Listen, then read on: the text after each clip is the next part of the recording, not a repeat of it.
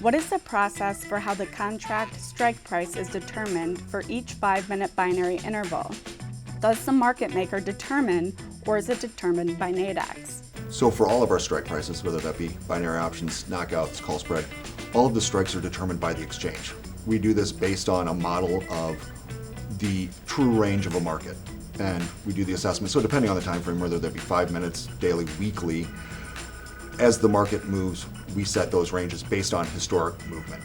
That said, when we hit times of extreme volatility or times of lower volatility, for example, March 2020 traded a lot different than June 2019.